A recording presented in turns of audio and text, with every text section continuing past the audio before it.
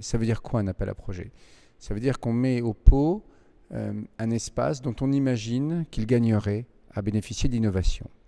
De l'innovation des parties prenantes, des fournisseurs, des grandes entreprises. On se dit, j'ai pas forcément la clé de compréhension de l'intégralité de cet espace. Donc pour moi, un appel à projet, c'est d'abord une démarche d'humilité. Ça consiste à se dire qu'on ne sait pas tout sur un immeuble et son destin. Ensuite, on parle de la Poste, là. Bien sûr, ce patrimoine est une propriété privée. Mais enfin, la Poste au centre-ville de Rennes est un bien public, est un bien commun, à défaut d'être un bien public. C'est un bien commun. Il structure cette ville depuis 1880. Il en a marqué d'ailleurs à la fois la centralité, puisqu'il est aux confluences, enfin au point de jonction des deux anciennes voies romaines, d'Ecumanis et le Cardo. Et c'est pile à cet endroit-là. Et en même temps, il en a marqué la limite, puisque vous voyez bien que ces deux façades ont connu des évolutions assez différentes. Donc on a un bâtiment, on ne peut pas imaginer son avenir tout seul.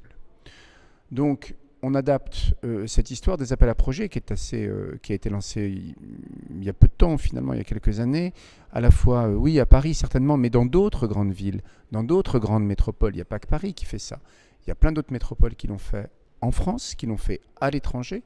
Et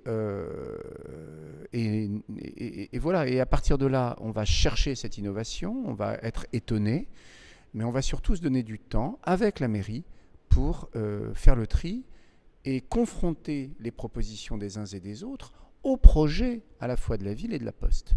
Voilà, donc si vous voulez, cet appel à projet pour moi, c'est jamais que la transposition d'une bonne pratique qui nous permet de prendre du temps pour définir des choses auxquelles on n'aurait pas forcément pensé en termes d'usage. Les usages vont vite, la modification des usages, je veux dire, va vite. On est dans une période de transition, impulsée notamment par l'économie numérique, mais pas seulement, impulsée également par le temps de travail, impulsée également par la réappropriation des espaces publics par les collectivités au regard de la pollution. Vous voyez, il y a beaucoup de choses qui se passent dans les 4-5 ans qui vont venir, qui vont se passer.